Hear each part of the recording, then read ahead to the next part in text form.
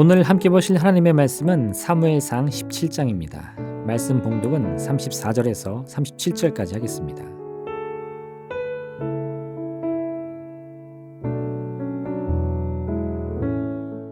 다윗이 사울에게 말하되 주의 종이 아버지의 양을 지킬 때에 사자나 곰이 와서 양떼에서 새끼를 물어가면 내가 따라가서 그것을 치고 그 입에서 새끼를 건져내었고 그것이 일어나 나를 해하고자 하면 내가 그 수염을 잡고 그것을 쳐 죽였나이다.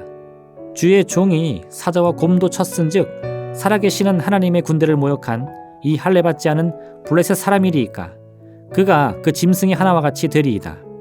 또 다윗이 이르되 여호와께서 나를 사자의 발톱과 곰의 발톱에서 건져내셨은즉 나를 이 블레셋 사람의 손에서도 건져내시리이다. 사울이 다윗에게 이르되 가라, 여호와께서 너와 함께 계시기를 원하노라. 아멘.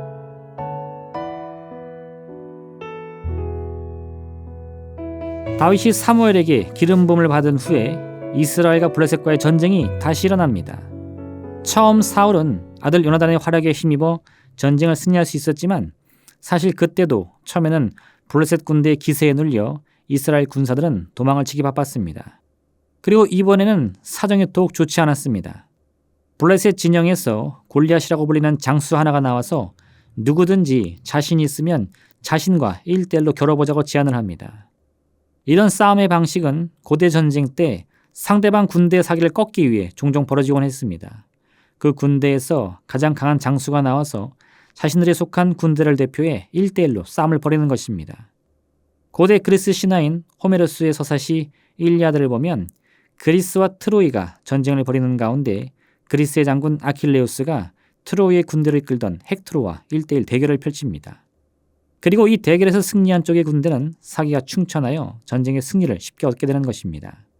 아마도 블레셋의 장군 골리앗도 그와 같은 계획을 가지고 이스라엘 군대를 향해 외쳤을 것입니다. 아니나 다를까 골리앗의 모습에 기가 눌린 이스라엘 군사들은 어느 누구 하나라도 용기를 가지고 그와 맞서려고 하지 못합니다. 이대로 골리앗이 돌아간다면 다음번 전쟁에서 이미 사기가 꺾인 이스라엘 군대는 손쉽게 패배하고 말 것이 분명해 보였습니다. 이때 아버지의 심부름으로 전쟁터에 찾아온 다윗이 그 모습을 보게 됩니다. 그리고 다윗은 호기롭게 자신이 저 용사 골리앗과 싸우겠다고 말합니다.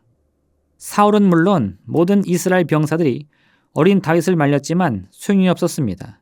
결국 사울은 자신의 칼과 갑옷을 주며 골리앗과 싸우라고 말합니다.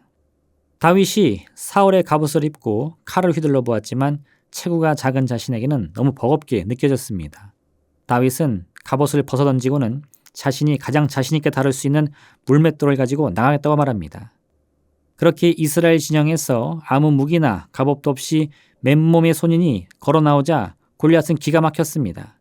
아니 이스라엘 군대가 아무리 오합지졸이라고 해도 이건 너무한 것이 아닌가 생각이 들 정도였습니다. 골리앗은 자신이 멸시를 당했다고 생각하며 큰 모욕감을 느낍니다. 상대가 비록 어린 소년이었지만 그를 반드시 쓰러뜨리겠다고 다짐합니다. 하지만 결과는 놀라웠습니다. 다윗이 던진 물맷돌이 골리앗의 머리에 명중한 것입니다. 다윗은 골리앗이 쓰러지자 재빨리 뛰어가서 골리앗의 칼을 꺼내 그의 머리를 베었습니다. 이스라엘의 사기는 하늘 끝까지 올라갔고 반대로 블레셋 군대의 사기는 땅에 떨어지고 말았습니다. 그렇게 사울은 이번에도 블레셋을 상대로 싸워 이길 수 있었습니다. 그럼 어린 다윗은 무슨 생각으로 자신이 저 용사 골리앗과 싸울 수 있다고 생각했을까요? 다윗은 그저 심리적으로 흥분하여 아무도 나서지 못하는 싸움을 자신이 싸우겠다고 오기를 부린 것이 아닙니다. 다윗은 골리앗과 싸우기에 앞서 자신에게 승산이 있는지를 생각해 봅니다. 그리고 그때 자신이 경험했던 지난날의 기억을 떠오르기 시작합니다. 다윗은 집안의 막내로서 아버지와 형들을 도와 가족의 양떼를 돌봐야 할 때가 있었습니다. 홀로 양떼를 지키고 있으면 때로는 사자나 곰과 같은 맹수들이 양을 노리고 찾아옵니다. 그때마다 다윗은 양을 지키기 위해 직접 맹수들과 사투를 벌여야 했습니다. 그런데 놀라운 것은 자신이 아직 어린 소년에 불과했지만 용기와 믿음을 가지고 맹수들에 맞서면 놀랍게도 이 맹수들을 쫓아낼 수 있는 방법이 있음을 깨닫게 되는 것입니다. 아무리 날카로운 이빨과 발톱을 가지고 있다 하더라도 자신도 물러서지 않고 맞서면 맹수들도 어느샌가 포기하고 돌아가는 것입니다. 그렇게 다윗은 수없이 많은 위험 앞에서 늘 용기를 다하여 맹수들과 싸웠고 그때마다 반드시 승리를 해온 것입니다. 그 과정을 살펴보니 다윗은 자신이 늘 하나님의 보호하심 속에 있음을 깨닫게 됩니다. 지난번 전쟁에서는 사울의 아들 요나단이 바로 이와 같은 하나님의 섭리를 깨달았습니다. 그는 비록 이스라엘 군대가 블레셋 군사의 숫자에 비해 너무나 보잘것없어 보였지만 전쟁의 승패는 사람의 숫자에 달린 것이 아님을 깨달았습니다. 그래서 그는 자신의 무기든 자를 데리고 단 둘이서 블레셋 진영을 찾아가 그들과 싸울 수 있었던 것입니다.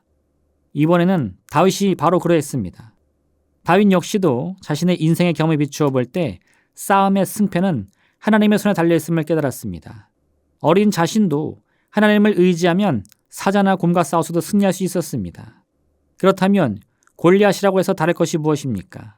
다윗은 이번에도 동일한 은혜로 역사하신 하나님을 기대하며 자신이 이스라엘 대표하여 골리앗과 싸우겠다고 말하는 것입니다.